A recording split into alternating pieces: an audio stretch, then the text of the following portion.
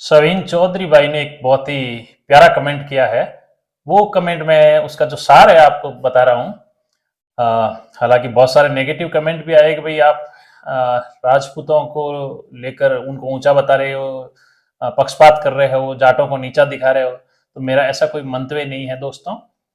सवीन चौधरी भाई ने लिखा कि ये बात सत्य है कि राजस्थान में, जो मैंने पिछला वीडियो बनाया था उस पर लिखा था कि वे सत्य है कि भरतपुर रियासत ने उस समय अंग्रेजों के साथ में सहायक संधि जो फर्स्ट साइन की थी राजस्थान में।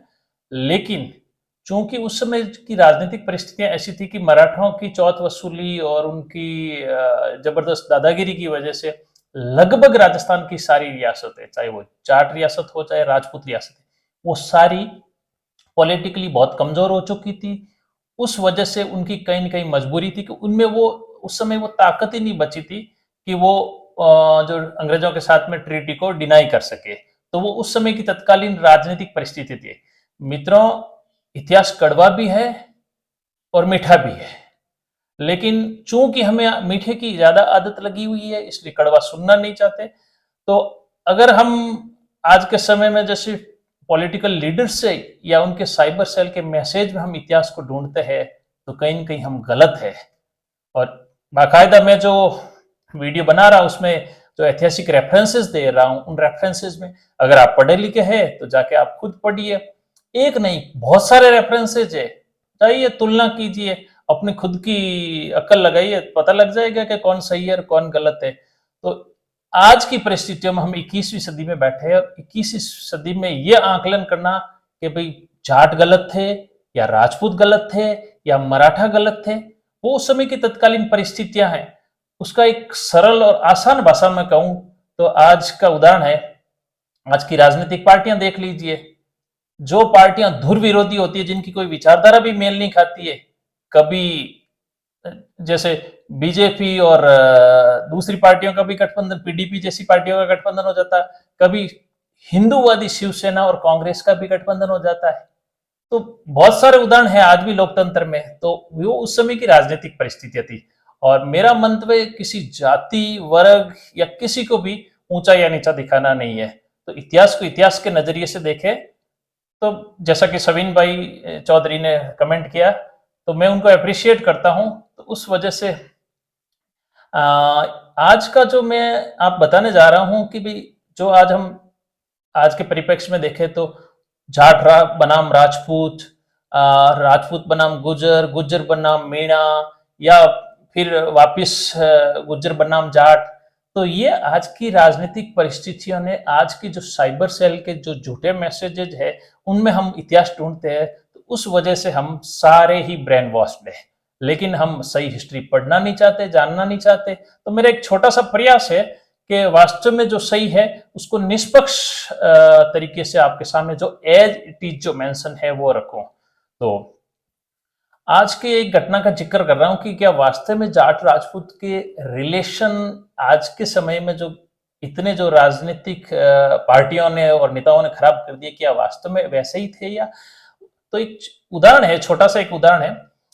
मारवाड़ के इतिहास का उदाहरण मैं आपको बताता हूँ। हालांकि ये मैंने जो मारवाड़ का इतिहास पढ़ा उसमें 2 बार जिक्र आता। तो आज का मेरा सोर्सेज है जोधपुर राज्य का इतिहास, पार्ट फर्स्ट है। वो जो लिखी हुई है राय बहादुर गौरीशंकर हीरानंद ओझा के द्वारा, हीराचंद ओझा के द्वारा, ऑथेंटिक जो जोधपुर स्टेट का उस समय का इतिहास है और जोधपुर राज्य की ख्यात, दोनों में इस घटना का जिक्र आया है। और हालांकि कई बार मारवाड़ के इतिहास में नहीं, और भी कई राजपूत रियासतों के इतिहास में जाटों का बहुत जिक्र आया है। तो आज मैं जो आपको एक छोटी सी स्टोरी सुनाना जा रहा हूं वो काफी प्रेरणादायक भी है। और इससे समझिए कि किस प्रकार का रिलेशन 2 बड़ी मार्शल कौमों के बीच में था। और एक बार, ये जोधपुर की स्थापना के पहले की बात बता रहा हूं, राव जोधा जी के समय, जो कि जोधपुर के संस्थापक थे।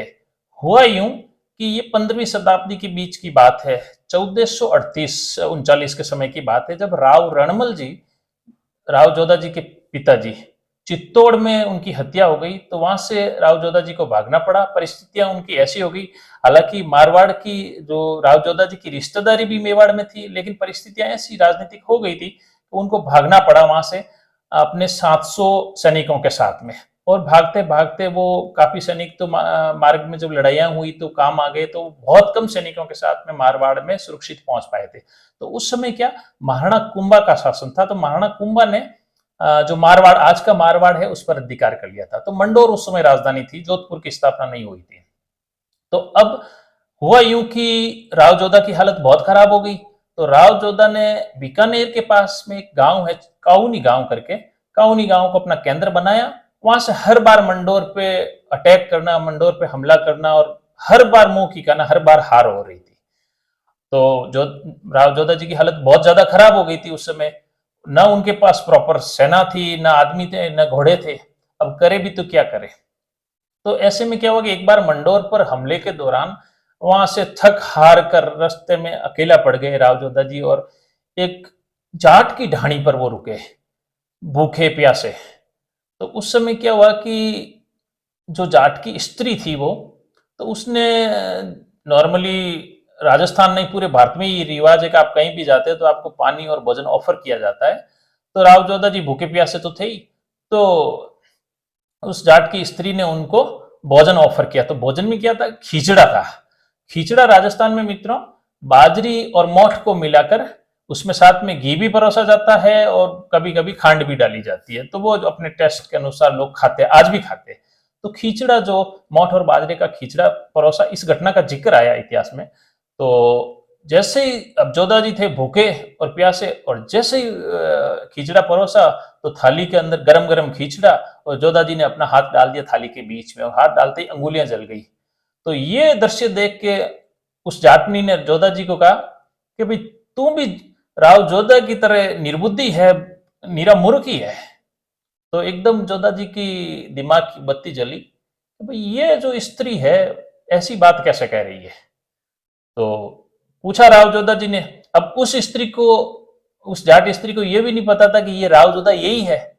तो राव जोधा जी ने पूछा भाई राव जोधा कैसे निर्बुद्धि है, कैसे मूर्ख है। कि मूर्ख ही है, हर बार सीधा मंडोर जो राजधानी है मंडोर पर आक्रमण करता है, अपने राजपूत और घोड़े मरवा रहा है, और वापिस हार के वापिस आ रहा है।